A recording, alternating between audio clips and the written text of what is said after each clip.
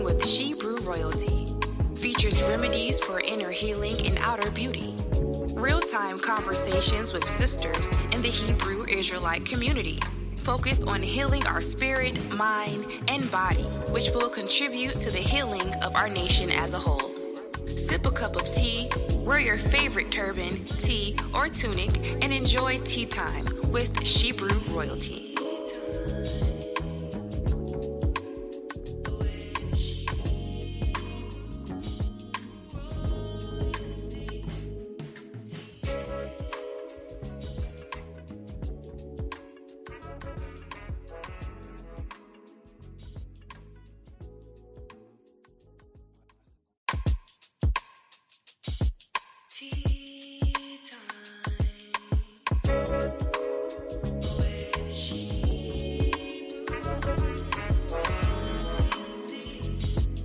Tea Time with Shebrew Royalty features remedies for inner healing and outer beauty. Real-time conversations with sisters in the Hebrew Israelite community, focused on healing our spirit, mind, and body, which will contribute to the healing of our nation as a whole.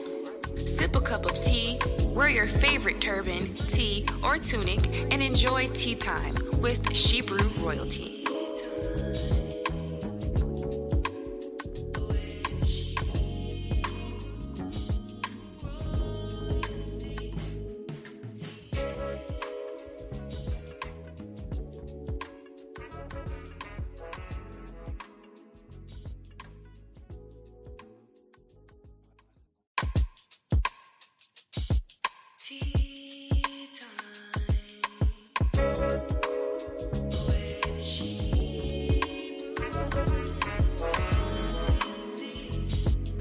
Tea Time with Shebrew Royalty features remedies for inner healing and outer beauty.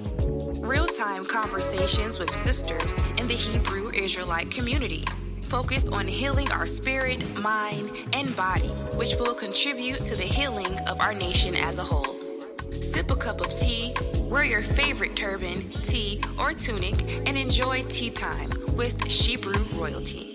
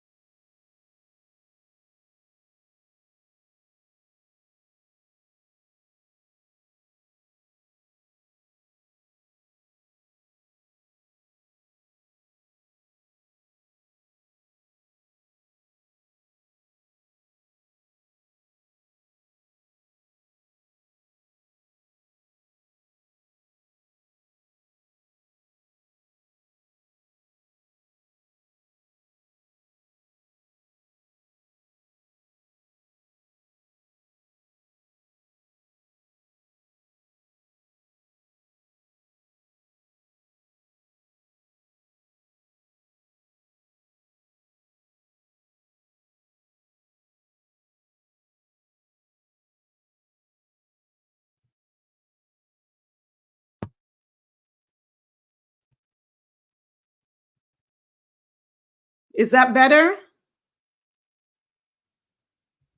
I don't know what's going on.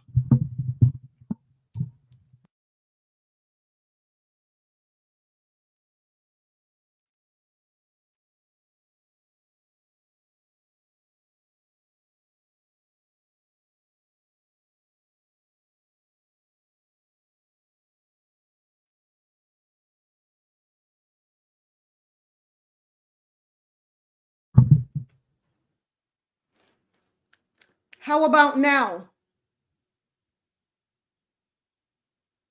Give me a thumbs up if you can hear me.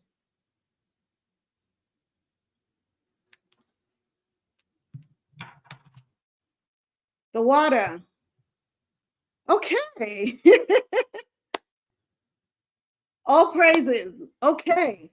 The microphone was turned off somehow. Anyhow, we are back. We are back. Praise the Most High.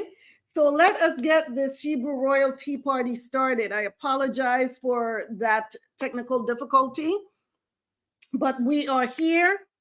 Let us jump right in and get this Royal Tea Party started. So before I go any further, let us all give a huge shout out and a big praise to the Most High. I am that I am, the God of the Hebrews and the Shebrews. Let's give him a shout out. Yes. Yes, for bringing us back together another Sunday, another week, and another month, right? This is our first Sunday in this month. So, in the month of January. So, thank you all for being here. I am your hostess, Kwala Yakaka, and I humbly thank you for joining me on this broadcast today. So, talk to me. How was your week? How was your week?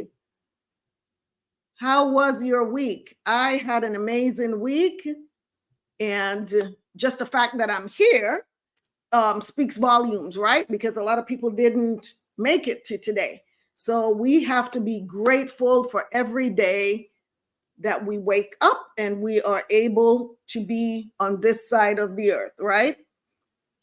So praise the Most High. I pray that you all had a blessed week. I did. So before moving forward in this discussion, I must make some disclaimers as I do each week. Blessed by the best. Khan. Khan says, all praises. Before moving forward, let me start off with these disclaimers. So let's start off with what Tea Time with Shebrew Royalty is not. Tea Time with Shebrew Royalty is not going to be everybody's cup of tea. We get it, we understand. However, if you come across this channel and you realize that you do not agree with our lifestyle, if you do not agree with our beliefs, that's okay too. I encourage you to continue to search YouTube until you find your perfect cup of tea and your perfect flavor. But you owe that to yourself, right? So just keep searching. But what we do ask is that you not leave any derogatory comments or any insults in the comment box. We would really appreciate that, and we thank you in advance.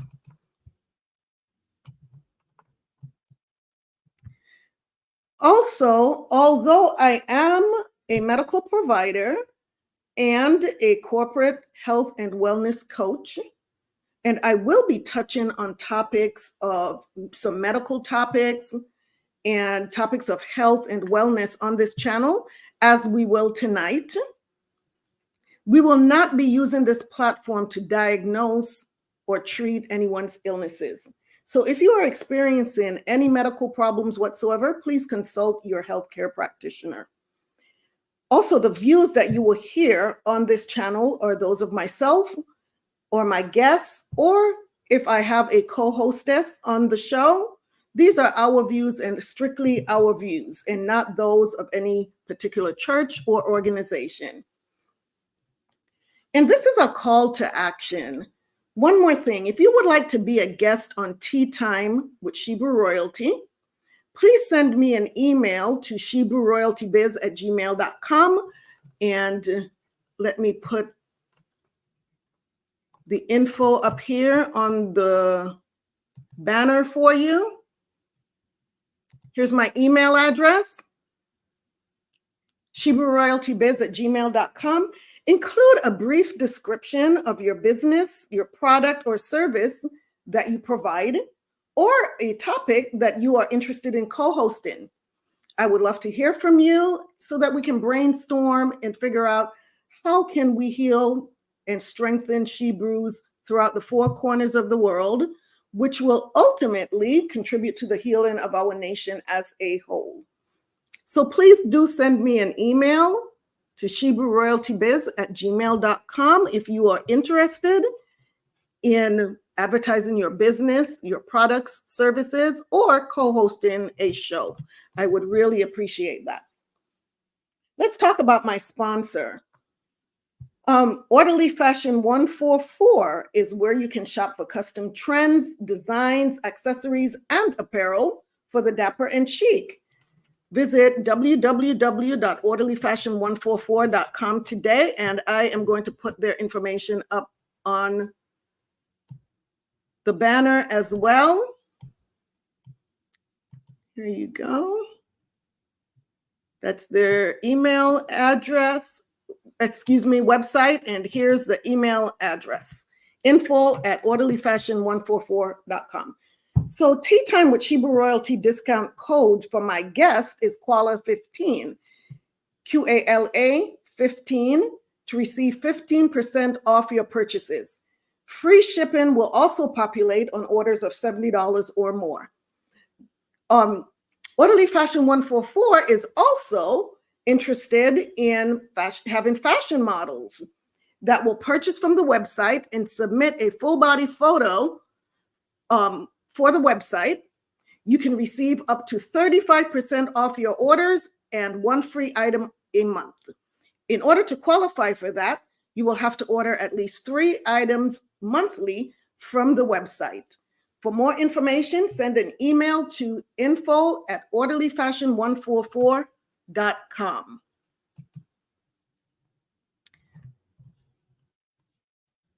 I would also like to introduce you, let's get this down from there, to myguardiandoc.com. Let me put some information up on the screen for you about myguardiandoc.com. And this is an a la carte subscription insurance for those that have insurance or those that do not have insurance. So let's talk about myguardiandoc.com.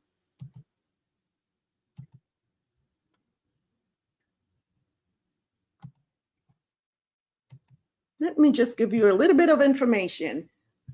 It says here, compassionate medical guidance and world-class care at a low cost of $27 that everyone can afford. Let My Guardian Doc support you through your health journey ahead. My Guardian Doc's vision is to enhance healthcare for everyone by providing compassionate medical guidance and world-class care to our subscribers around the clock, all for an affordable price of only $27 per month for the entire household. Our innovative approach combines technology, virtual medical guidance or direct care, subscription, medical bill negotiation, and a la carte payment models, which are made possible by the resolve of our management to offer a price that anyone can afford. Our ultimate goal is to make the healthcare system all that it can and should be for everyone. So if you go to the description of tonight's show and scroll down, it will have all of the information that you would need in order to subscribe for these services and the link to the website. So please visit myguardiandoc.com for more information.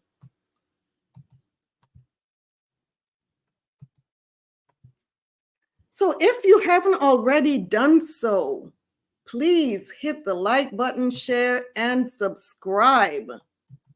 Please. And let's get this royal tea party started.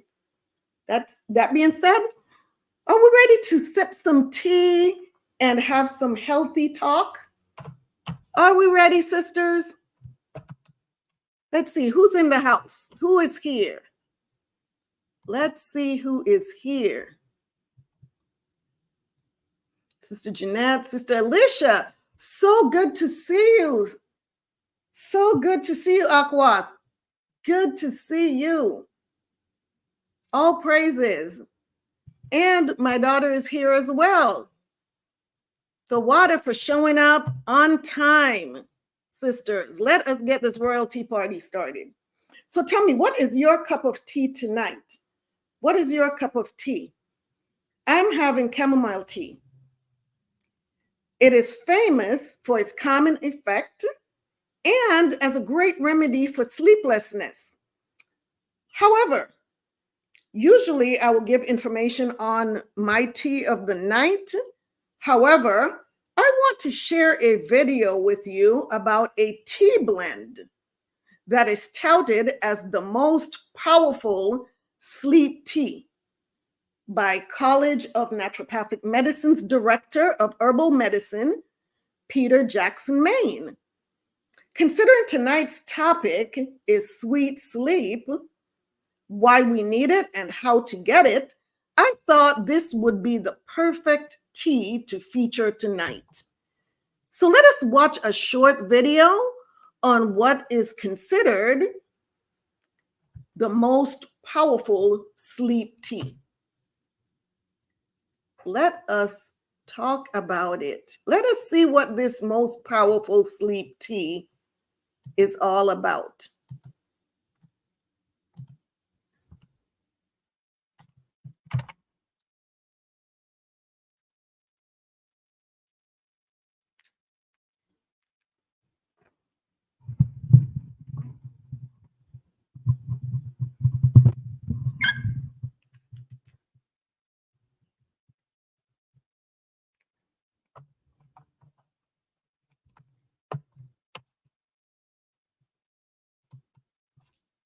All right.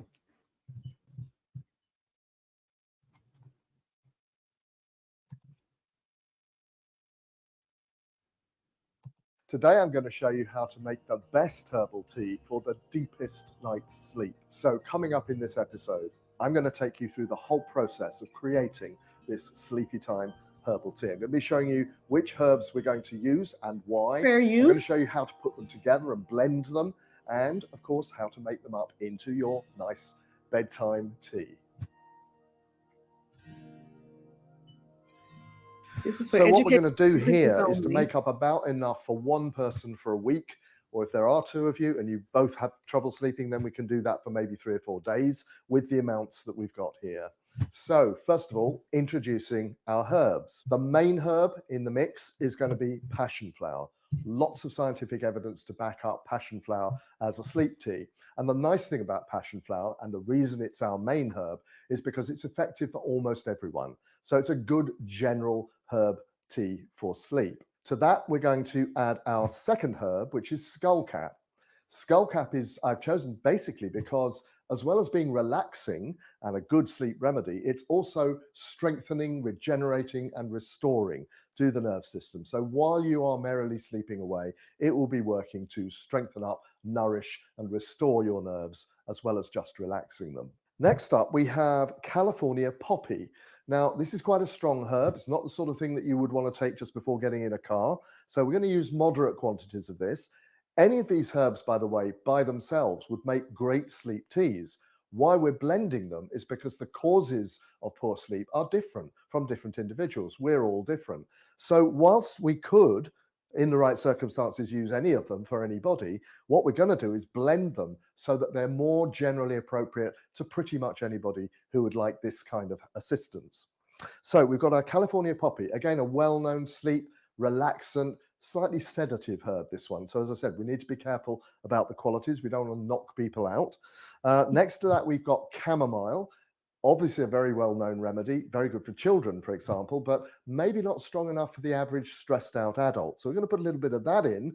It's a kind of warming herb. It's comforting, has a nice taste, obviously. So it's going to contribute not only because of its relaxing properties, but also because of its color, which is always nice to look at something colorful, and its taste as well. Next herb to that is quite similar. This is lavender. And again, lavender would make a great sleepy time tea all of its own.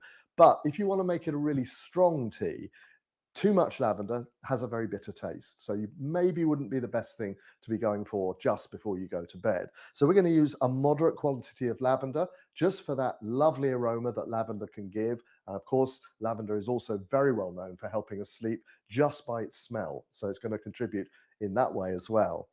Next to it, this is my secret ingredient. This is rose petals.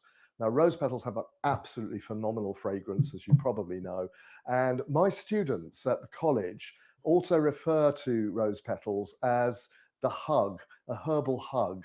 So this is kind of a warming and kind of comforting, mood enhancing ingredient that we've got going here. And lastly, but not least, we have valerian. Now, this is a herb you've probably heard something about. It's a very powerful sleep aid, but again, we don't want to use too much of it. One of the reasons for that is that in herbal medicine, we say this is a heating herb. So it's very warming. So if you have a cold or chilly constitution, it's fantastic for you. But if you're a little bit hot yourself, then it's probably going to be working in the wrong direction. In fact, if I have too much valerian before I go to sleep, it's going to keep me awake. So very moderate quantities of that, as we'll see. Now, we've got exactly 20 grams of passion flower here, and that's, as I said, is going to be our base herb. We've got exactly 10 grams of skullcap here, and that's about right. So I'm going to start by adding the skullcap straight into the passion flower, and then we're going to go for our other herbs, starting with California poppy. Now, we've got 5 grams of California poppy in here, so half of the skullcap, and as I said, we don't want too much of it, but 5 grams is fine. So we're going to tip the whole lot into the mix. But when we come to our next herbs, we're going to be measuring them a little more precisely. So here we've got our chamomile herb, our chamomile flowers, and that I reckon we're going to need about 2 teaspoons. So just 2 fairly full teaspoons, just like that. And now we come to lavender. Now, lavender, again, has these very strong essential oils or volatile oil properties. So it's quite a strong plant. You can smell it. You know the smell of lavender. It's quite powerful, very powerful for sleep, actually. You don't need all that much of it. Again, so we're going to just take 1 heaped teaspoon of lavender flowers, and that's going to be quite enough. And when we come to rose, we've got a similar thing going on. Very fragrant, but we don't want it to totally overpower the mix. So the one thing about rose petals is they are extremely light. So if I take a teaspoon of that, it's probably going to be about half a gram. So I'm going to put a little bit more than that in. We're going to get a teaspoon and maybe a half in there. And our final herb is valerian. And this again is quite powerful. Again, you can smell, if you know valerian, you know it has a very powerful smell. We don't want it to overpower our herbal mix. So we're going to use just about a level teaspoon or half a teaspoon of valerian in that mix. And that's all we need. So let's mix this up. You need to do this several times because, as you can see, it can tend to sort of clump together. What we're trying to achieve here is a really even mix. And there we have our finished Sleepy Time tea blend. So as you see, we've stored our Sleepy Time tea in a sealable glass jar. You could in fact use a brown paper bag if you wanted. It's very easy to get, very simple. Just pack it up nice and tight, put it in the back of a cupboard, cool, dark place. So we're going to go forward and make our infusion now. So we've got a kettle, freshly boiled, and our infuser teapot. Now this is a special design for making herbal teas, very useful for herbal therapy, and it has this mesh which goes into the middle, which allows the herbs to steep and also release their properties into the water. So we're going to make just 1 cup. So this is a 1-person dose. When we're making a herbal tea, we want a medicinal tea, we want a medicinal action. We want more than just the amount that we would dispense for a normal beverage. So we're going to use a couple of teaspoons. And by the way, some of the ingredients of this may settle in time. So just give it a quick stir round before you put any of the herbs in the teapot. So now dosage, I'd say 2 teaspoons, but you could use more if you have a real problem. So you can judge that on how bad your sleep problem is. But I'd say between 2 and 4 teaspoons is about right. We're going to use 2 heaped teaspoons in here. There we go. That's for 1 cup. And then about half the teapot would be around the right size, the right amount of water here. There we go. Now, the other thing about making a herbal tea is that we steep it a little bit longer than we would for an ordinary beverage. So this is going to stay here now for about a minimum 10 minutes, maximum 15 minutes. So let's see what this tastes like. We're going to pour ourselves a mug right here. This has been brewing for 15 minutes now, so it's nice and strong. Absolutely beautiful. A really nice blend. So there we have it, my ultimate sleepy time herbal tea. Don't forget to subscribe to our channel for future episodes, and I'll join you on one very soon. Meantime, sleep well.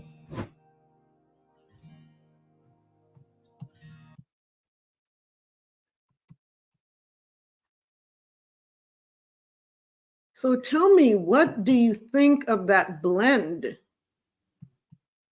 What do you think of that blend? I can't wait to try it. I'm not having any sleep problems, but I just want to try that blend. It looks absolutely delicious, and with all of those herbs together, I am sure that that's correct. That is probably the most powerful sleep tea out there. So I am willing to try it. What do you think? Is there anyone out there that is willing to try that blend? What do you think about it?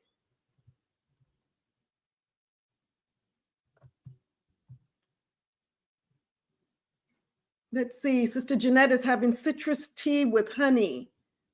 Oh yeah, that sounds good.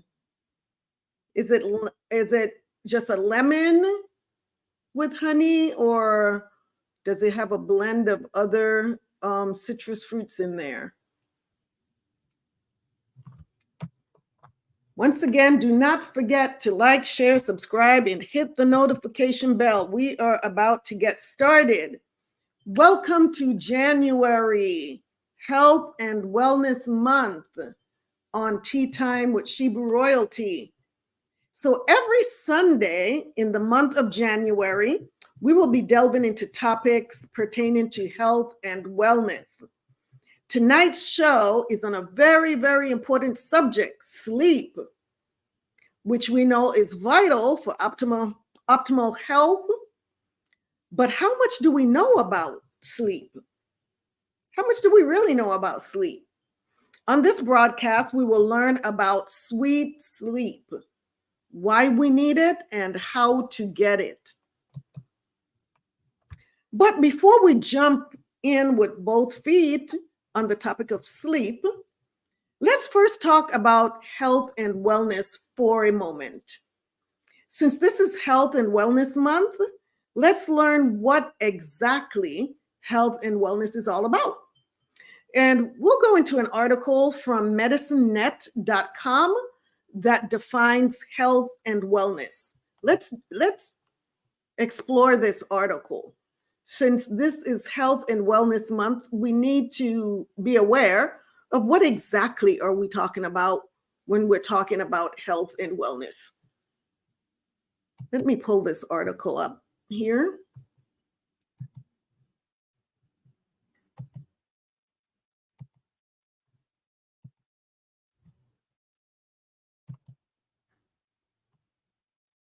What is health and wellness? And this is from medicinenet.com. So this article says, what is health and wellness? And it says here, people often use the terms health and wellness interchangeably. Although a person cannot have one and not the other, they are two different concepts that are quite variable. and their meanings are different. The World Health Organization, or WHO, defines health as a state of complete physical, mental, and social well-being, and not merely the absence of disease or infirmity or illness. The WHO defines wellness as the optimal state of health of individuals and groups, and wellness is expressed as a positive approach to living. The primary difference between health and wellness is that health is the goal and wellness is the active process of achieving it. You truly cannot have health without first achieving wellness. Wellness has a direct influence on overall health, which is essential for living a robust, happy, and fulfilled life. Health versus wellness. While you cannot choose the state of health, you can consciously choose wellness by living your life responsibly and taking proactive steps for your well-being. Health comprises the diagnosis of a disease, illness, predisposition to a disease, and any unexpected injury. Wellness is an active process of growth and change to reach your fullest health and well-being. It is associated with actively pursuing activities, making choices and lifestyle changes, controlling risk factors that can harm a person, focusing on nutrition, having a balanced diet, and following spiritual practices that lead to holistic health. Risk factors are actions or conditions that increase a person's risk of illness or injury. Some of the risk factors that can be harmful to good health are as follows. Smoking is a major risk factor for lung cancer and cardiovascular diseases. Drinking alcohol, it causes liver damage, stroke, heart disease, and cancer. Unprotected sex, it spreads sexually transmitted diseases, including HIV. Extreme physical activity sports. This may lead to broken bones and other types of injuries. So how many dimensions of wellness are there? Wellness is more than just physical health. It is holistic and multidimensional.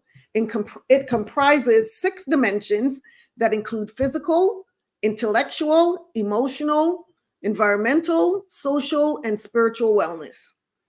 Physical wellness increases physical fitness. By being physically fit, a person would have an enhanced ability to prevent illness and disease. Exercise stimulates a healthy mind and body. A sedentary lifestyle can be avoided by increasing physical activity in everyday life, such as walking or cycling, walking the dog, taking the steps, and hiking. Having good nutrition, eating a balanced diet, drinking sufficient water, 8 glasses per day, and getting adequate sleep promotes a person's physical wellness, which we'll be talking about tonight, is sleep. Number 2, intellectual, mental exercise, or IQ, and engagement through learning, problem solving, and creativity support intellectual wellness and promotes a better attitude. People who learn new things and challenge their mind can avoid mental health problems. Number 3, emotional. A person with emotional wellness can deal with stressful situations. A person who is aware of their own feelings has good self-esteem and has empathy towards others' feelings would have emotional wellness. Number 4, environmental. Awareness of the role we play in improving our natural environment rather than denigrating it, and living in a healthy physical environment free of hazards promotes wellness. Number 5, social. Social circles and support networks are invaluable to the overall well-being of a person. Relating, interacting, and contributing to a community establishing good interpersonal relations, and maintaining long-term relationships with family and friends keep a person happier and healthier. Number 6, spiritual. Spiritual wellness does not imply religion or faith of a person, but the search for meaning and purpose of human existence. Developing compassionate, caring, forgiving, and having a purpose in life in spiritual wellness. This can be achieved through meditation, volunteer work, spending time in nature, etc. And for those of us who are here that have a strong faith in the Most High, we know that that's where our spiritual growth comes from, right? It's not in our own faith, in ourselves, but faith in the Most High God. On one end, patients with poor health engage in medical fraternity to treat illness. On the other end, people focus proactively on prevention and maximize their vitality. They adopt lifestyles that improve health, prevent disease, and enhance their quality of life and a sense of well-being. Wellness is proactive, preventive, and driven by self-responsibility for healthy living.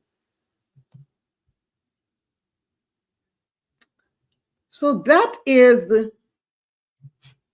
the definition of health and wellness according to medicinenet.com.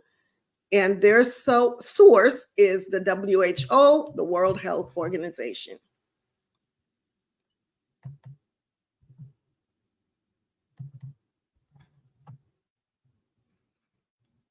Sister Jeanette says, Khan, all praises. Yes, yes, we here believe in the Most High God, right? That's where our faith and trust comes in. So that being said, let's talk about sleep, sweet sleep, why we need it and how to get it. It's not sufficient to just sleep, but more importantly, we need sweet sleep. Do you know that the Bible speaks about sweet sleep? In the book of Proverbs, it states, "When thou liest down, thou shalt not be afraid. Yea, thou shalt lie down, and thy sleep shall be sweet." So that didn't sound like a question to me, but rather a command. So if we're not getting sweet sleep, we need to explore why and correct the problem, right? So hopefully by the end of this broadcast, we will be able to identify if we're sleeping sweetly or not. And if you're not, how to correct whatever the problem is and start getting the best sleep for your life. Because it's important. It's important to not just sleep, but to have sweet, restful sleep. So when you wake up the next morning, you feel refreshed and you're ready to tackle the day. But if you're not getting good, sweet sleep, then when you get up the next day, many things can go wrong. So sleep is really important. Today, we'll talk about the 11 health benefits of sleep, which focuses on the health aspect of sleep. And then we'll also talk about 20 tips for how to sleep better. This is also called sleep hygiene, which will focus on the wellness aspect of sweet sleep. And this won't be a long broadcast tonight, but hopefully we can learn more than we know now about sleep, right? So that's the goal, is to just enhance our knowledge in these areas.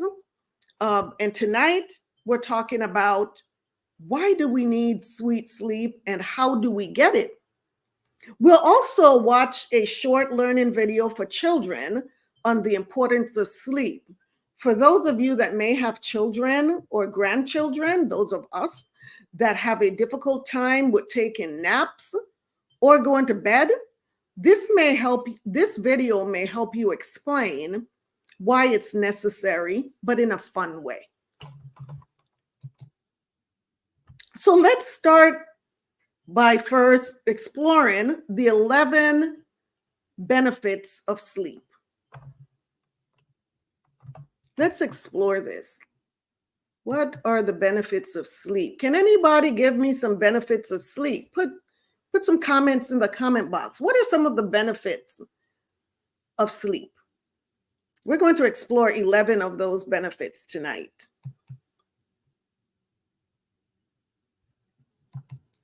What are some benefits of sleep? We're talking about the health benefits.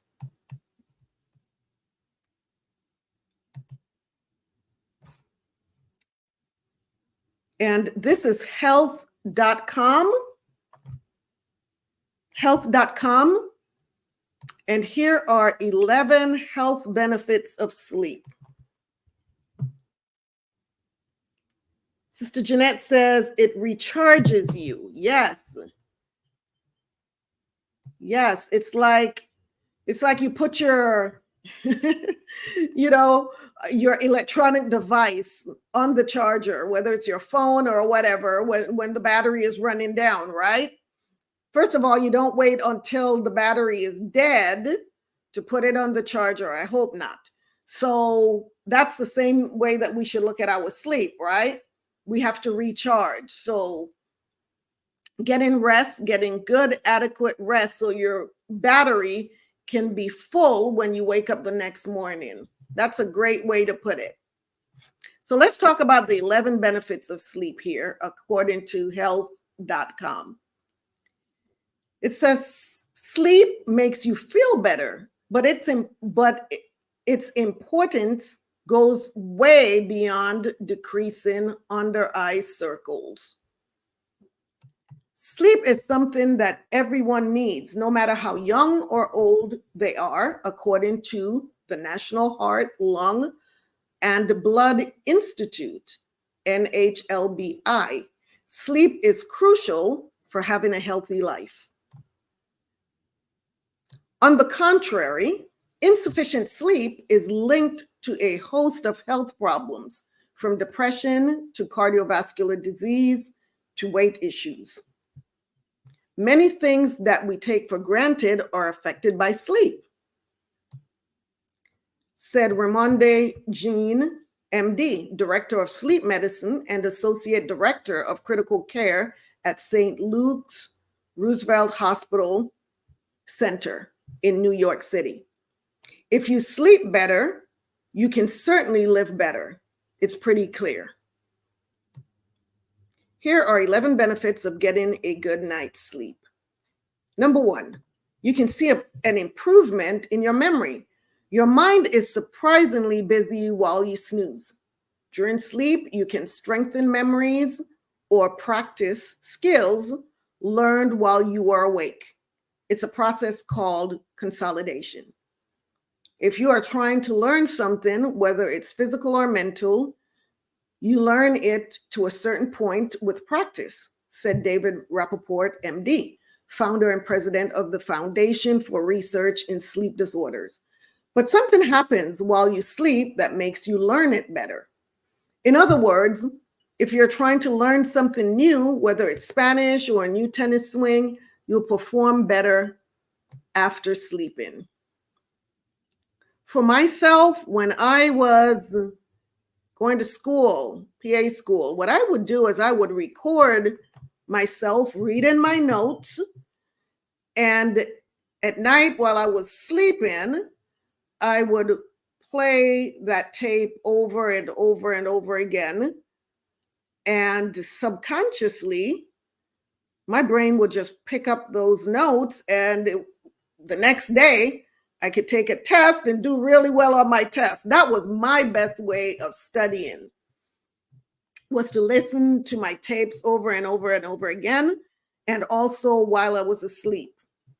So that worked for me.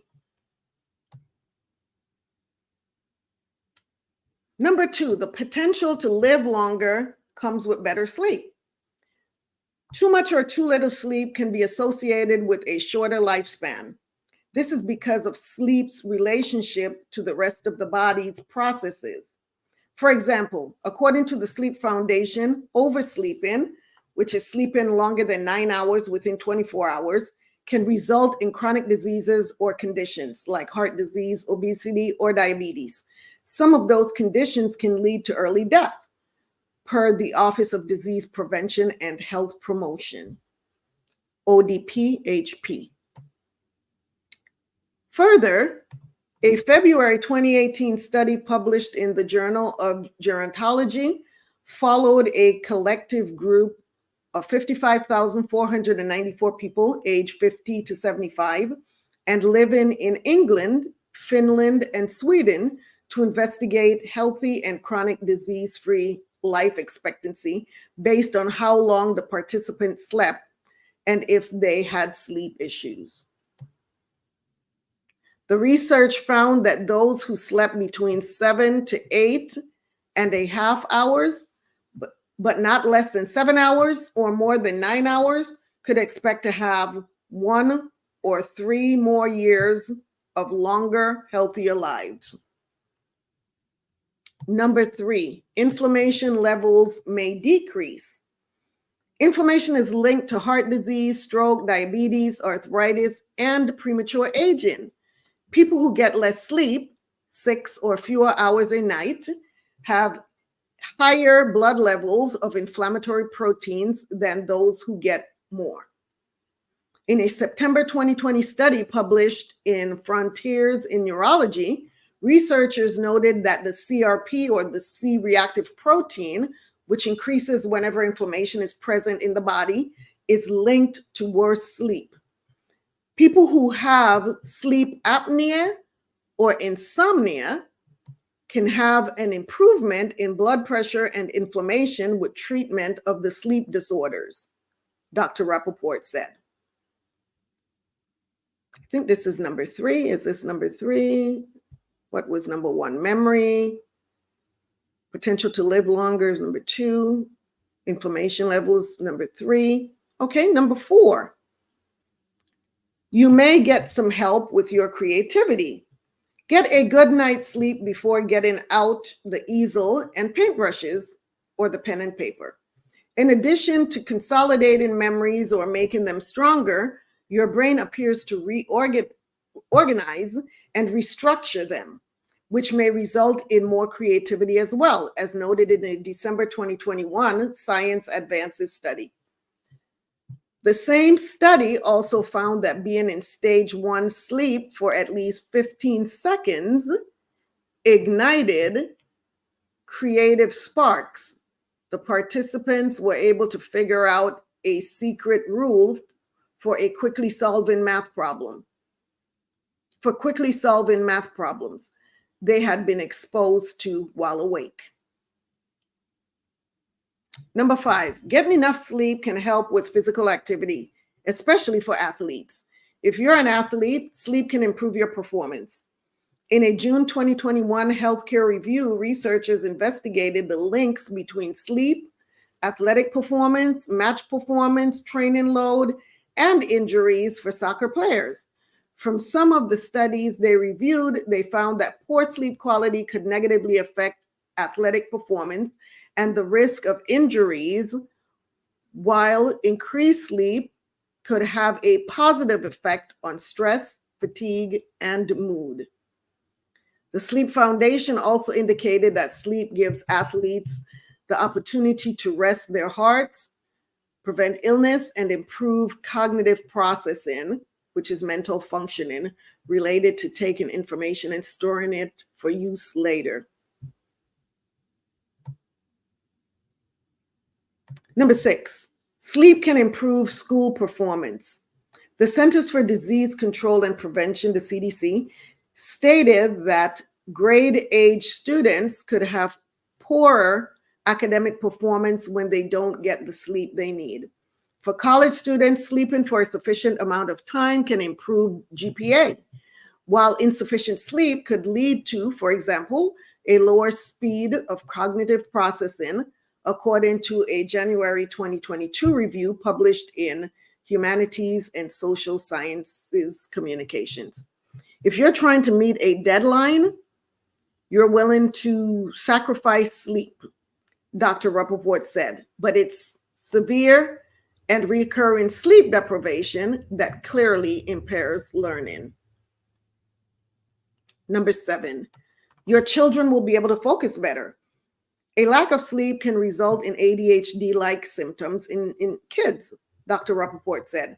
The Sleep Foundation noted that children could switch from grumpiness to hyperactivity when they haven't had enough sleep as well. Kids don't react the same way to sleep deprivation as adults do, Dr. Rappaport added. Thus, your children can focus better. Make sure that your children can focus better. Make sure that they can get the recommended amount of sleep for their age, which could range from 8 to 13 hours, as noted in a June 2016 Journal of Clinical Sleep Medicine article. Number 8, healthier weights come with sufficient sleep.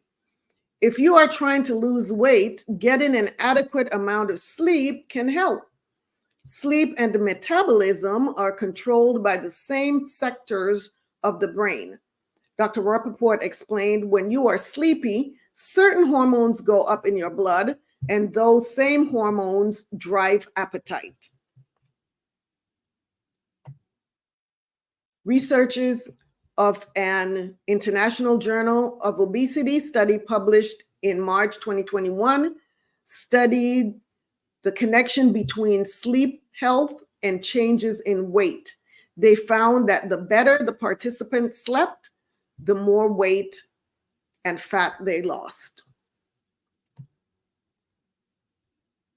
Number 9, stress may be lower.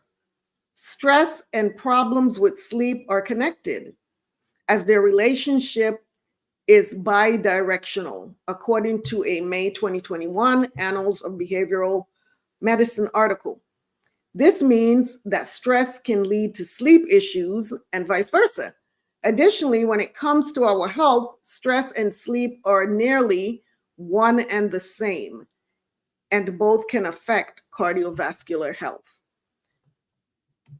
Sleep can definitely reduce levels of stress, and with that, people can have better control of their blood pressure, Dr. Jean said. It's also believed that sleep affects cholesterol levels, which plays a significant role in heart disease. Number 10, you'll be less prone to having an accident. In a December 2018 BMC Medicine study, the researchers indicated a simple connection between sleep deficiency and motor vehicle crashes. Being sleepy increased the risk for those crashes. Sleepiness is grossly underrated as a problem by most people, but the cost to society is enormous, Dr. Rappaport said. Sleeplessness affects reaction time and decision making. Number 11, and final, you may be able to improve your mood. A lack of sleep can contribute to depression, Dr. Jean said. A good night's sleep can really help a moody person decrease their anxiety. You get more emotional stability with good sleep. If you think the long hours put in during the week are the cause of your anxiety or impatience, Dr. Rappaport warned that sleep could not necessarily be made up during the weekend. If you sleep more on the weekends, you simply aren't sleeping enough in the week. Dr. Rappaport added, it's all about finding a balance. Ultimately, if you find that you're still having major problems with sleep, you'll want to talk to your healthcare provider for advice and treatment options based on your situation. So those are the 11 health benefits of sleep. Let's just run over them one more time real quickly. So let's see here. We start off the 11 benefits. You can see an improvement in your memory. The potential to live longer comes with better sleep. Inflammation levels may decrease. You might get some help with your creativity. Getting enough sleep can help with physical activity, especially for athletes. Sleep can improve school performance. Your children will be able to focus better. Healthier weights come with sufficient sleep. Stress may be lower. You'll be less prone to having an accident. And finally, you may be able to improve your mood. So I think these are 11 excellent benefits for us to try to get better sleep. What do you think? What do you think about these health benefits of sleep?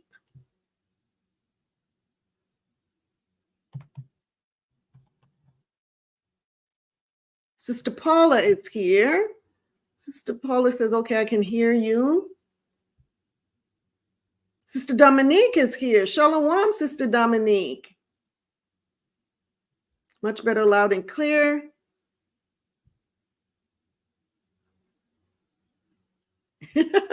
Sister Paula, you're way too kind. You said you look beautiful as usual, getting younger and younger. Oh, praise the Most High. You said I froze. Heard you just a minute ago when you say, I don't know what is going on. The mic. Oh, okay. So I think that was fixed. I think that was fixed since then, Sister Paula. You all can hear me well now, right? Everyone can hear well? Give me a thumbs up.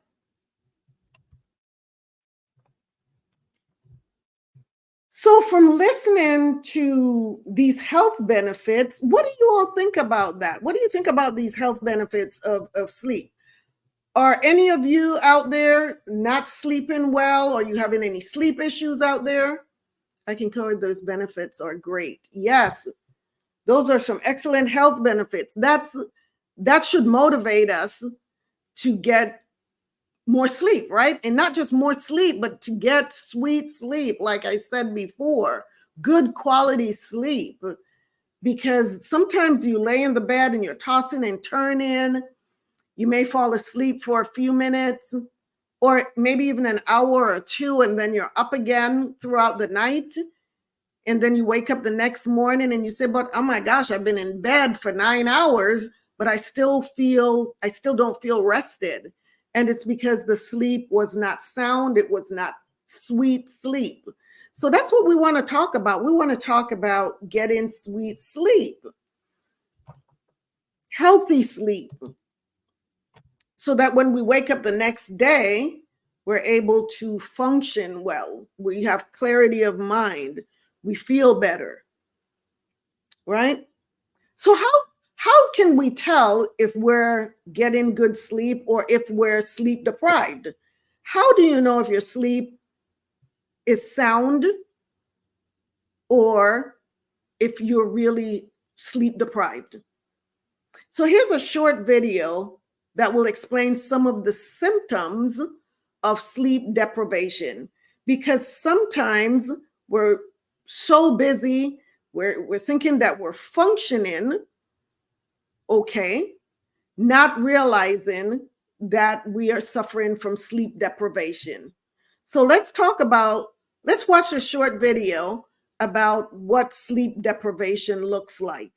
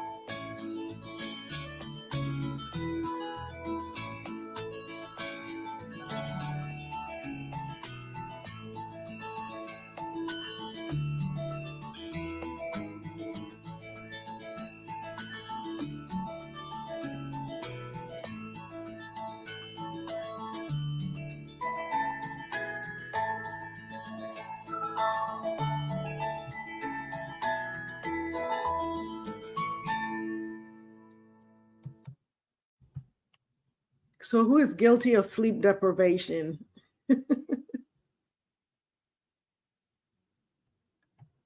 Who is guilty of that?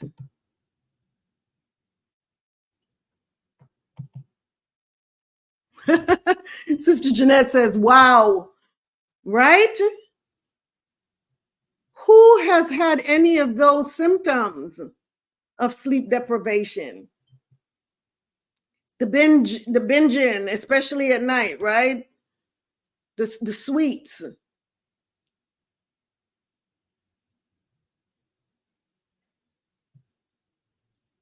You said, I used to be until last year, I started to realize how vital sleep was. Me too. Me too. Yes. Since I have retired, I'm able to actually get sweet sleep. My goodness, now I see what good sleep really looks like and feels like. Because it's real difficult when you have so many responsibilities to get to bed at 9 o'clock or 10 o'clock at night, when that's when, most people are coming home and having to cook and take care of children or, prepare for the next day. It's really difficult. So you really have to get on a strict schedule in order to get good sleep. And you have to be diligent about it. And that's what we're going into next, is about sleep hygiene, how to get good sleep. Because it's more than just going to bed. It's more than just jumping in bed and saying, okay, I'm going to sleep. You have to prepare to go to sleep. Just like in the mornings when you wake up and you have to go to work. This is what I used to tell my patients all the time. You don't just jump out of bed and jump in the car and go to work. There are things that you have to do to prepare to go to work. You have to get out of bed, brush your teeth, wash your face, jump in the shower, put your clothes on. So there's a process that's involved. But many people think that it's as simple as just jumping in bed and you're going to fall asleep right away. But what I'm going to show you right now about sleep hygiene is how to prepare your mind and your body and your spirit for sleep before actually going to sleep. Sister Paula says, onion tea with honey and ginger and lemon. How is that onion tea? Sister Paula, you sent me a link about that tea. I haven't had a chance to watch the video yet. But talk to me about this onion tea. I don't know. That is one tea that I am not really excited about trying for some reason. I know it has excellent health benefits, but I'm trying to think of what it may taste like. So talk to me. Tell me, does it have that strong onion taste, or are you able to camouflage it with the honey and ginger? Yeah, we'll have to talk about that onion tea. I don't know if I'm brave enough to try that one yet.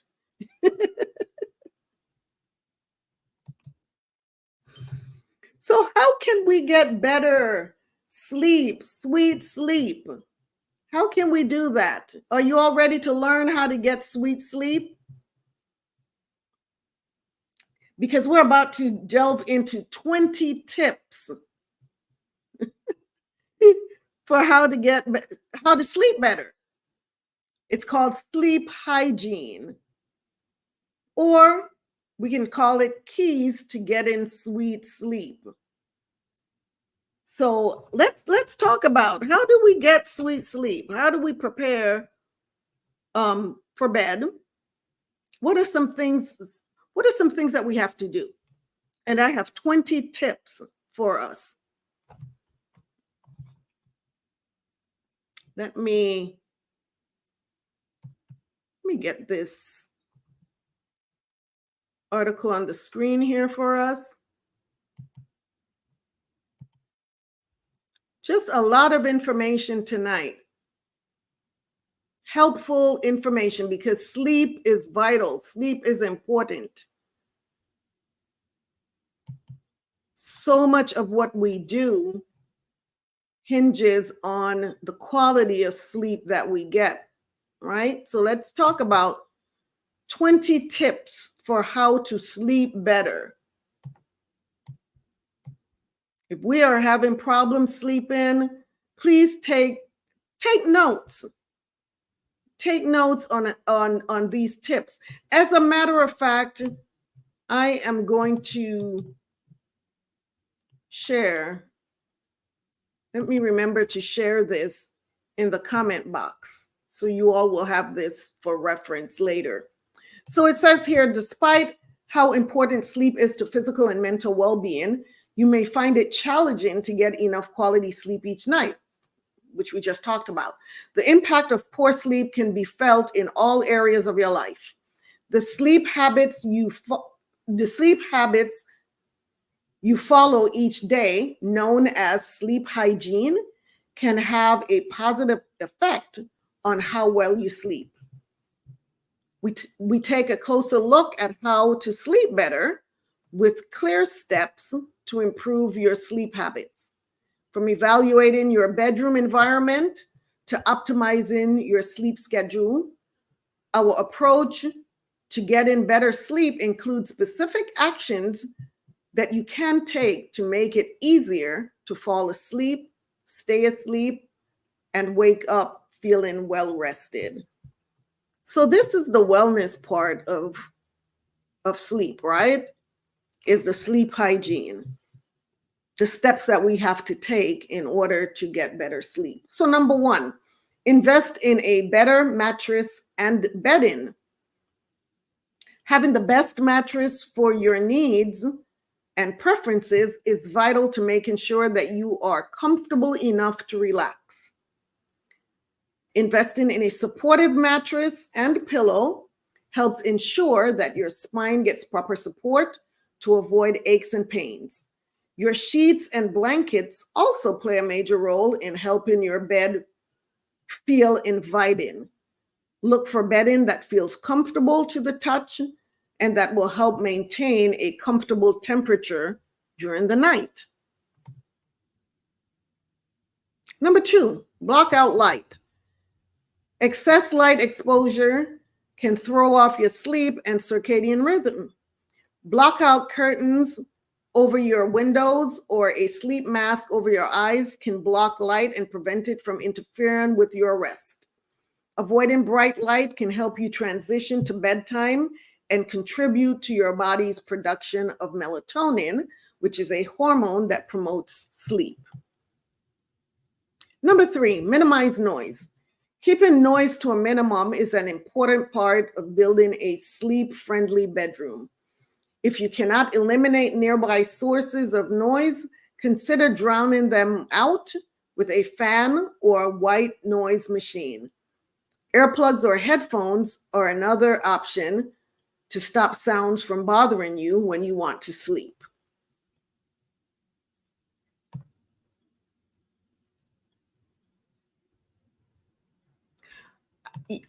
This, for me, the earplugs or headphones, I'm kind of skeptical about that.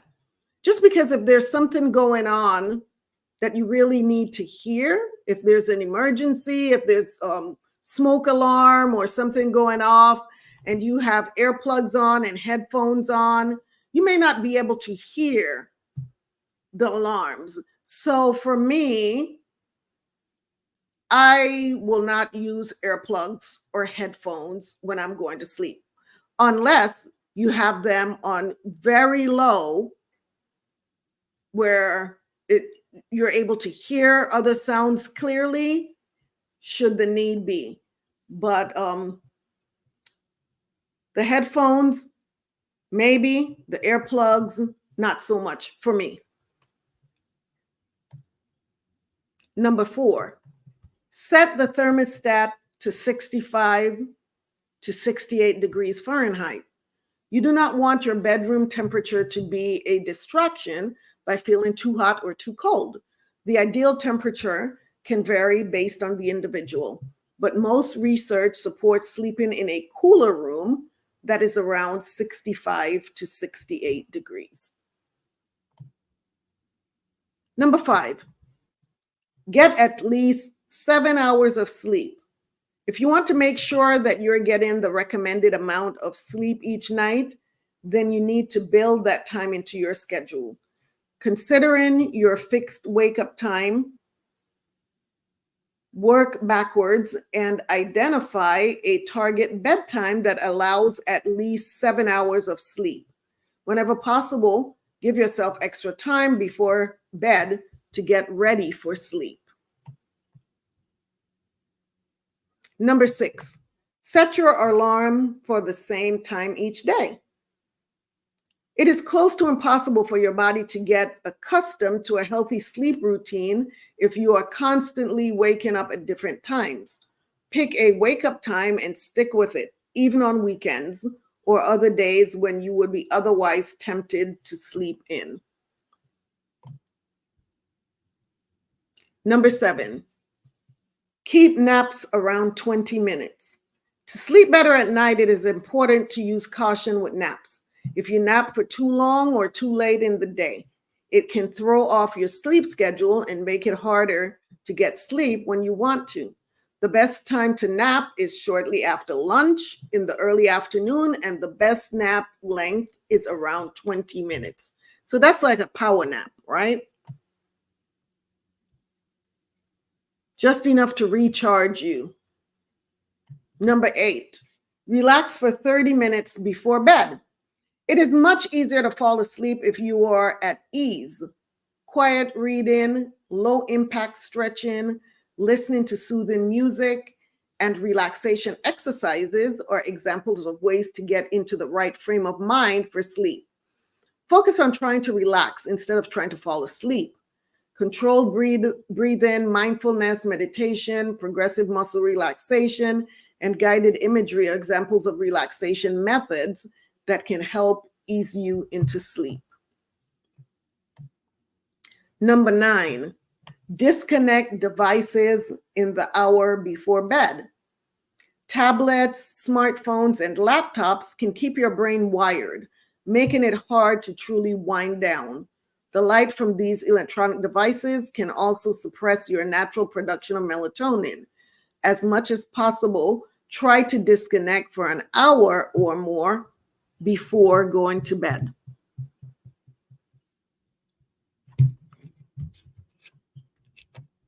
Number 10, get 30 minutes of natural light exposure. The body's internal clock is regulated by light exposure. Sunlight has a strong effect, so try to take in daylight by getting outside or opening up windows or blinds to natural light. Getting a dose of natural light early in the day can help normalize your circadian rhythm. If natural light is not an option, you can talk with your doctor about using a light therapy box. Number 11, exercise for at least 20 minutes each day. Daily exercise has many benefits for health, and the changes it initiates in energy use and body temperature can promote solid sleep. Most experts advise against intense exercise close to bedtime because it may hinder your body's ability to effectively settle down before sleep. Number 12, limit caffeine after 2 p.m. Caffeinated drinks, including coffee, tea, and sodas, are among the most popular beverages in the world. Some people are tempted to use the jolt of energy from caffeine to try to overcome daytime sleepiness. But that approach is not sustainable and can cause long-term sleep deprivation. To avoid this, keep an eye on your caffeine intake and avoid it later in the day when it can be a barrier to falling asleep. Number 13, be mindful of alcohol in the hour before bedtime. Alcohol can induce drowsiness. So some people are keen on a nightcap before bed. Unfortunately, alcohol affects the brains in ways that can lower sleep quality, making it best to avoid alcohol in the lead up to bedtime. So let's look at what a small amount of alcohol, how it can affect your sleep. It says here, low amounts of alcohol decreased sleep quality by 9.3%. And so low amounts is considered less than 2 drinks for men and less than 1 drink for women. Moderate amounts of alcohol decreased sleep quality by 24%. Approximately 2 drinks for men and 1 drink for women. And high amounts of alcohol decreased sleep quality by 39.2%, which is more than 2 drinks for men and more than 1 drink for women. So avoid alcohol before bed. Number 14, eat dinner a few hours before bed. It can be harder to fall asleep if your body is still digesting a big dinner. To keep food-based sleep disruptions to a minimum, try to avoid late dinners and minimize especially fatty or spicy foods. If you need an evening snack, opt for something light. Number 15, limit nicotine use and smoke exposure. Exposure to smoke, including secondary hand smoke, has been associated with a range of sleeping problems, including difficulty falling asleep and fragmented sleep. Nicotine is a stimulant, and evening nicotine use in particular has been found to disrupt sleep. Number 16, reserve your bed for sleep and intimacy only. If you have a comfortable bed, you may be tempted to spend your leisure time in it, but this can actually cause problems at bedtime. You want a strong mental association between your bed and sleep, so try to keep activities in your bed limited strictly to sleep and intimacy. Number 17, get out of bed after 20 minutes. You want to avoid a connection in your mind between your bed and frustration from sleeplessness. This means that if you have spent around 20 minutes in bed without being able to fall asleep, it is best to get out of bed and do something relaxing in low light. Avoid checking the time or using electronics, and return to bed once you feel tired. Number 18, keep a sleep diary. A daily sleep journal can help you keep track of how well you are sleeping and then identify factors that may be helping or hurting your sleep. If you are testing out a new sleep schedule or other sleep hygiene changes, your sleep diary can help document how well it is working. So we've been talking about journaling, right? So here's another reason to journal: keeping a sleep diary or journal, and also a health and wellness journal, or just add in information about your sleep and your health and wellness to your already established journal. Number 19, consider supplements. In addition to improving overall sleep hygiene, you may want to discuss the use of supplements with your doctor. Melatonin supplements are commonly used to shorten the time it takes to fall asleep. Other natural sleep aids, including valerian, chamomile, and glycine. Since dietary supplements are not closely regulated by the U.S. Food and Drug Administration, it is important to take steps to ensure you are purchasing reputable sleep supplements. And then we talked about teas, right? So that would go under, I would say, the supplement category, because there's the valerian and the chamomile. And then we saw that video earlier for the most powerful sleepy time tea, right? So let's try these things out if we're having any issues with sleep. And number 20, talk with a doctor. Your doctor is in the best position to offer detailed and personalized advice if you experience serious difficulty sleeping. Talk with your doctor if you find that your sleep problems are worsening, persisting over the long term, affecting your health and safety, or if they occur alongside other unexplained health problems. They can provide additional guidance and treat any underlying conditions. So those are the 20 tips for how to get better sleep. Let's run over them really quickly again. Number 1, invest in a better mattress and bedding. Number 2, block out light. Number 3, minimize noise. Number 4, set the thermostat to 65 to 68 degrees Fahrenheit. Number 5, get at least 7 hours of sleep. Number 6, set your alarm for the same time each day. Number 7, keep naps around 20 minutes. Number 8, relax for 30 minutes before bed.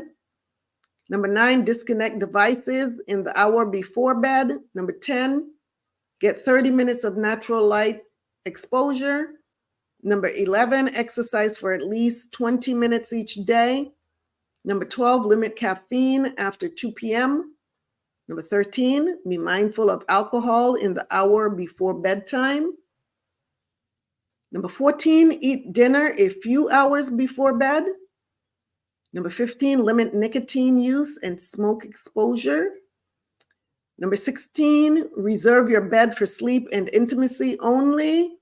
Number 17, get out of bed after 20 minutes. Number 18, keep a sleep diary.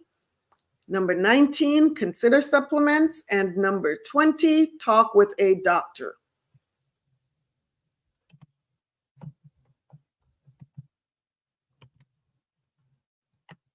So those were the 20 tips of how to get better sleep.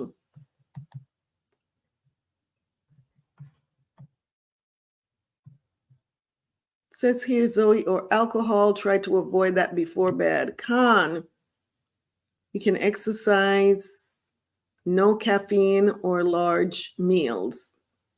Con, Zoe, yes. All right. So tell me, what did you all think about those 20 tips? Are any of you already practicing these tips to get a better night's sleep? A couple of things that I would like to add is for us, especially, is prayer before going to bed. That's so important. So important is to pray before going to sleep, right? So many of our problems after we pray just seem to not be so important. I tend to get better sleep when after praying. So I pray every night before going to bed. So that should just come automatic. It's prayer before going to bed. So that's an important part of sleep hygiene for sure.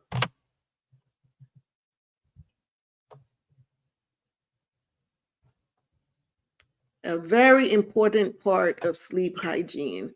Also, some people may be having difficulty sleeping because of worry, because of depression, because of anxiety.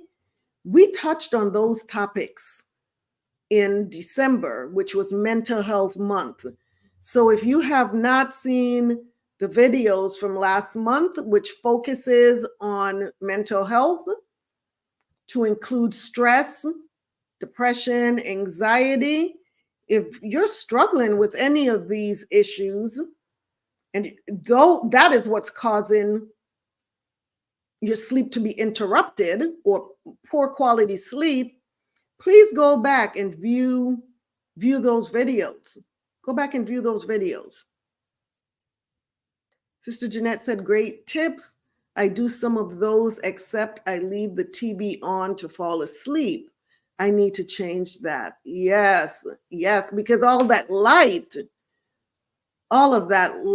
and the sound, do you just turn the sound down and just leave the TV on, or do you go to sleep with the TV with the sound on as well? Sister Alicia says, Khan, Akwath prayer is very important. Yeah, that's number one. That should have been number one on the list, right? That should have been number one on the list. So Sister Zoe said, Khan says, good lesson so far. Thawada, I mean, these are important things, right? That we need to know. These are so important, because if we want to live longer, healthier lives, these are some of the things that we have to do. These are some of the changes that we need to make.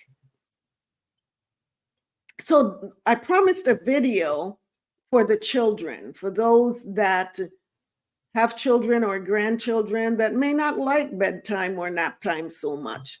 So this is a video that you may want to share with them that will explain why they need sleep. So let's look at this video for children.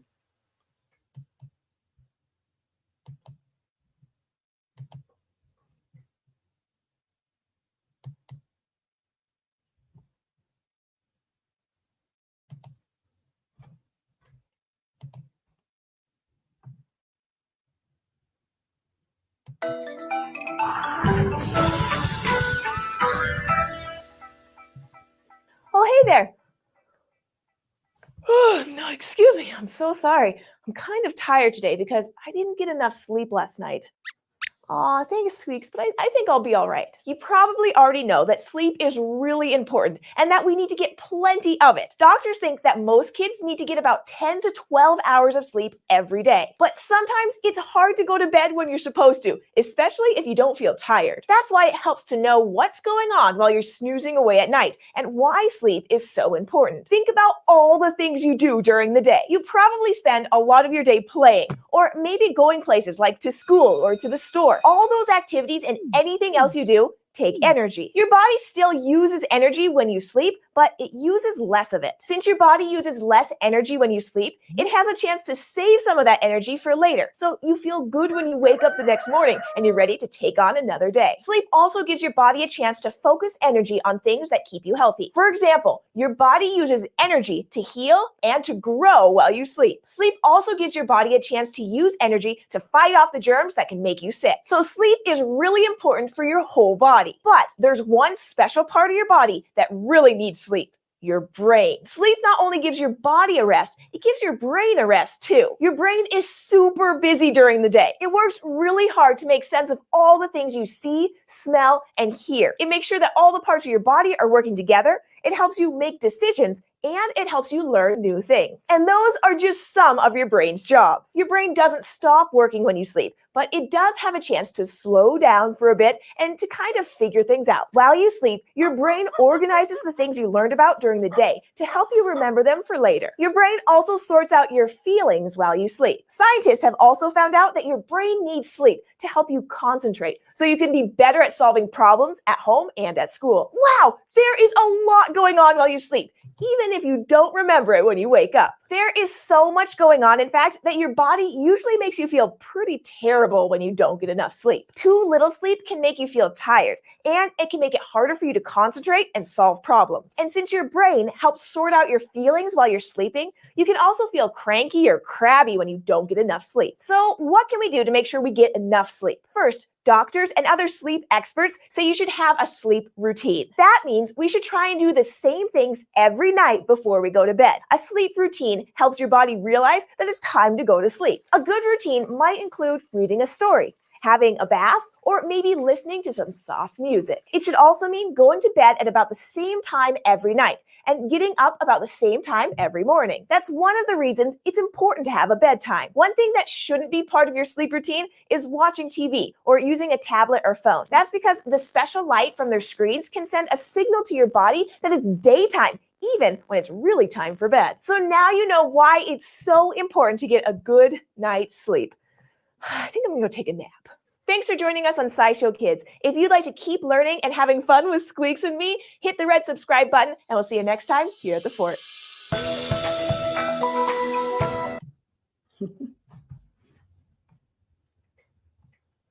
SciShow Kids. That was a cute video.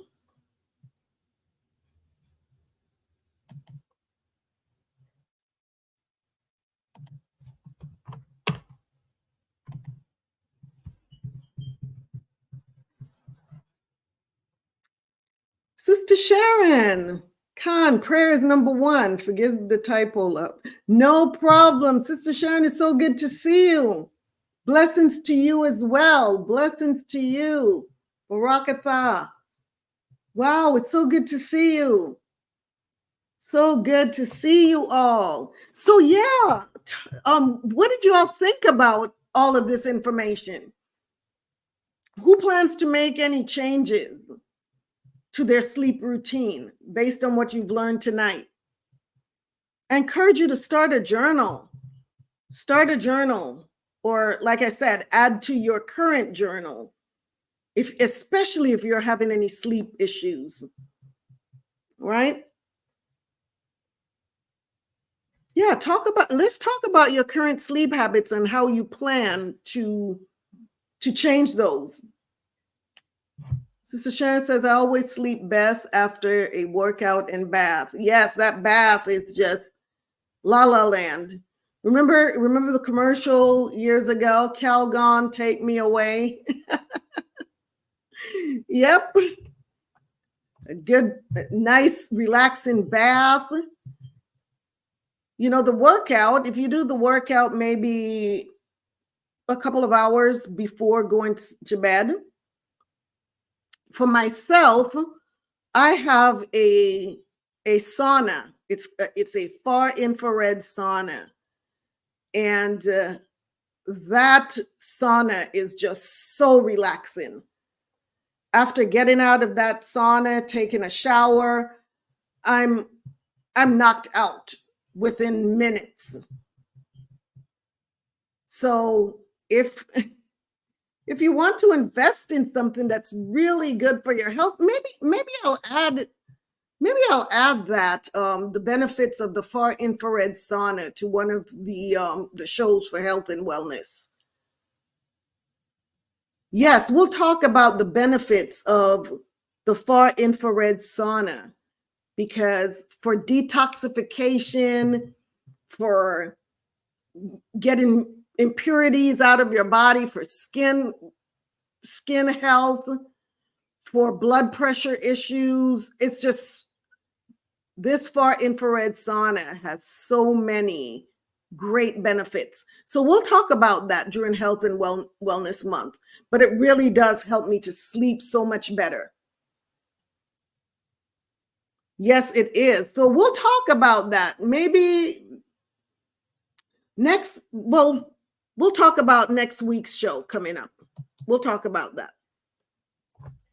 So sisters, I hope that you found the information that was presented tonight useful, right? I did tell you that tonight wasn't going to be a long show, and it wasn't. I made that promise and I kept it. So it wasn't a long show, but I think it was very informative. What do you think?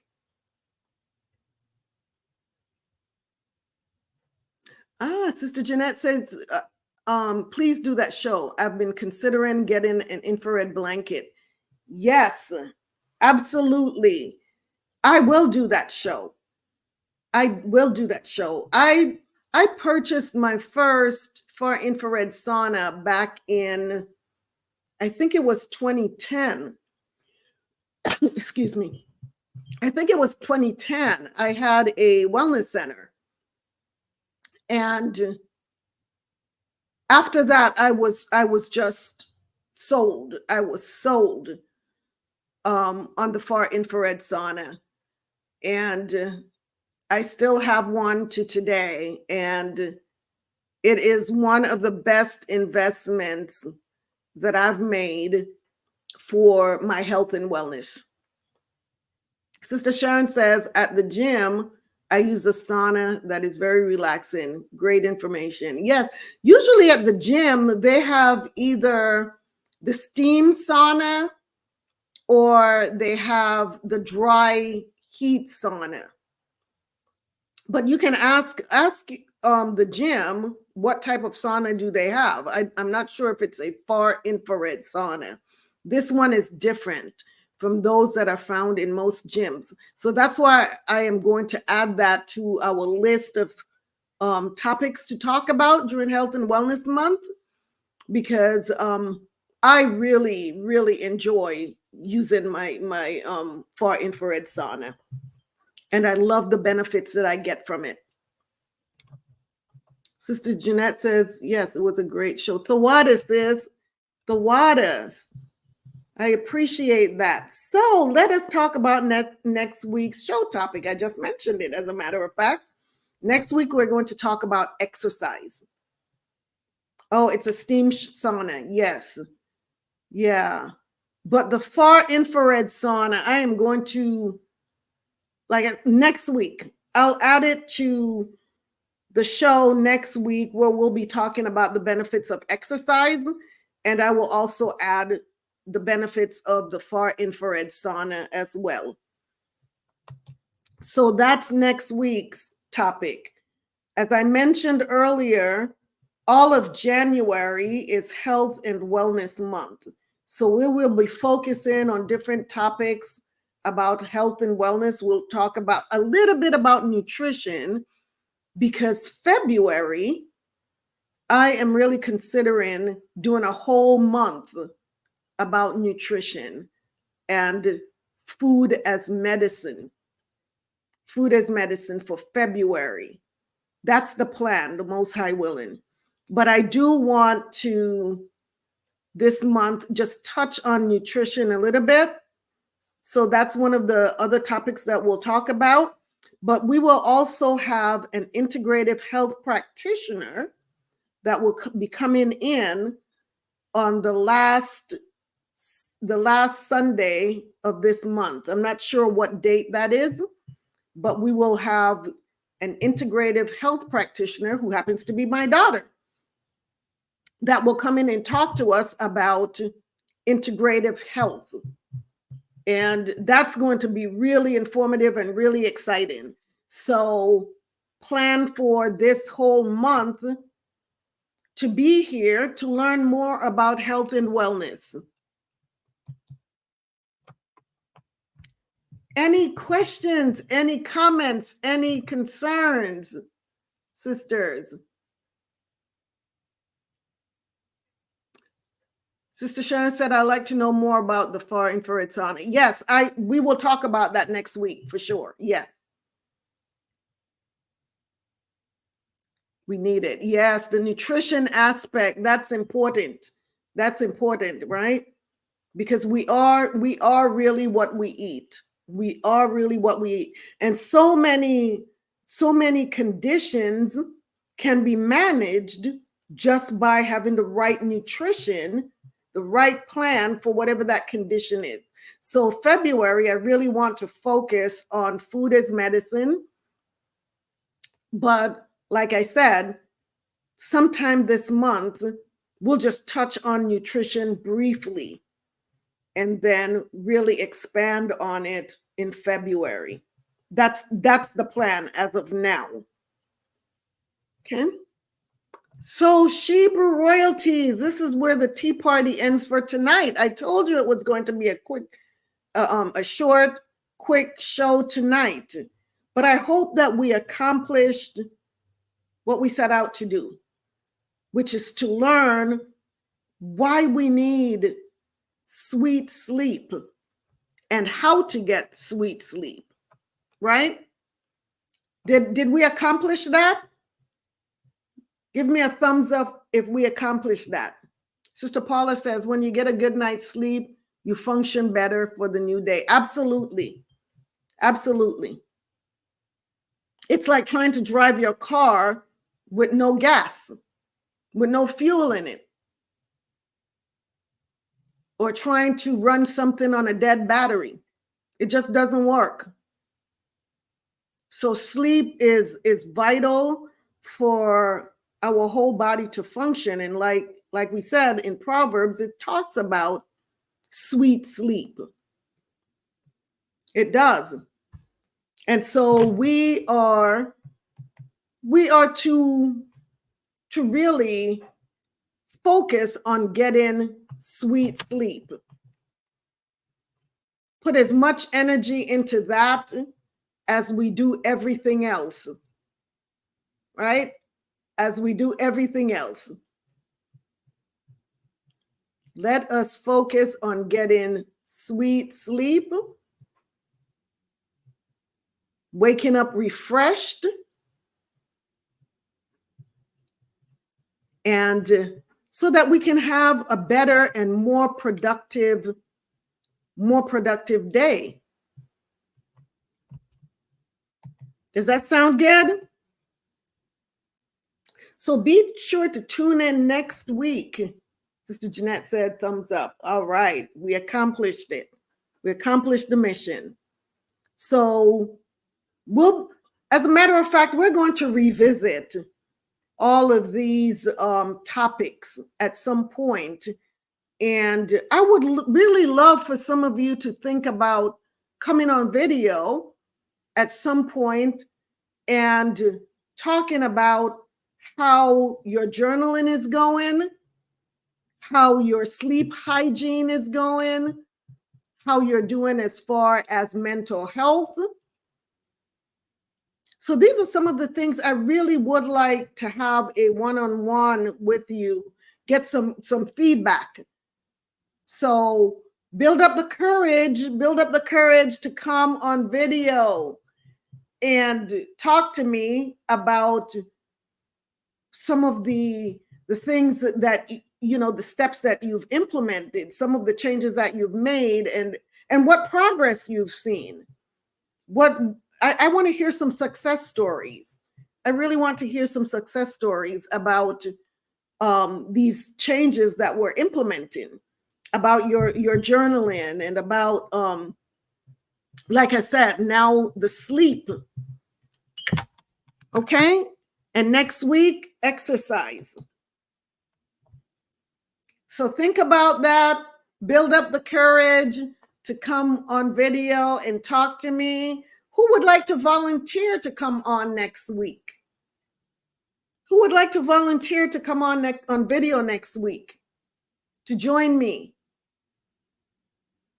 And let's just talk about the last few shows. Let's do maybe a 5-minute session where we talk about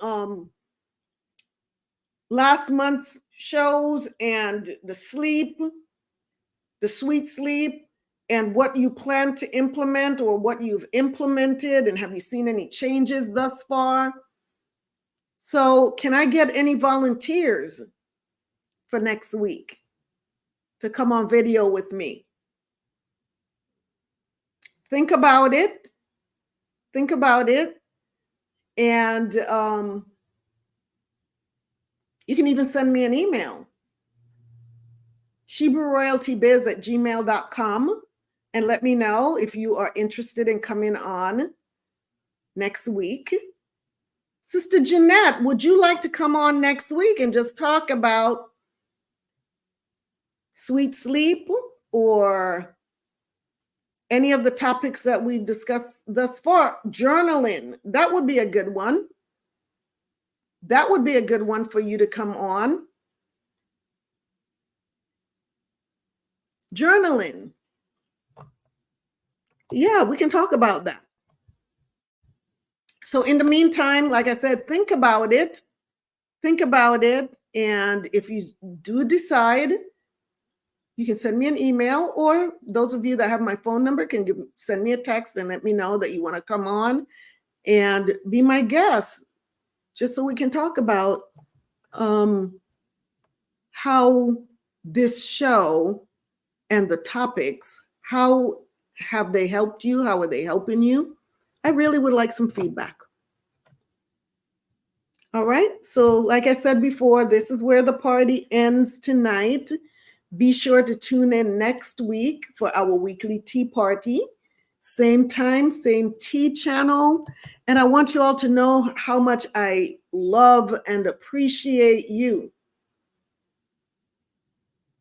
Sister Jeanette says, sis, if I am back home in time, I will. All praises. Okay. Khan. Okay. I look forward to that. I look forward to that. So I love and appreciate you taking time out of your very busy schedule to have tea and conversation with me and for us to learn together. So thank you so very much. I love you all so much. Know that I'm praying for you. I'm praying for us. So until the Most High brings us back together again, Barak Ahtha, blessings, blessings. Have a marvelous and blessed week. I am your hostess, Kwala Yakaka, a voice of reasoning and justice. Good night, and may your sleep be sweet. May your sleep be sweet. All right? Tawada, Sister Zion. Tawada. Tawada, Princess. Shalawam, Princess. So good to see you. Love you too, Sister Jeanette. Sweet sleep. That's the goal. The goal is sweet sleep. Shalawam.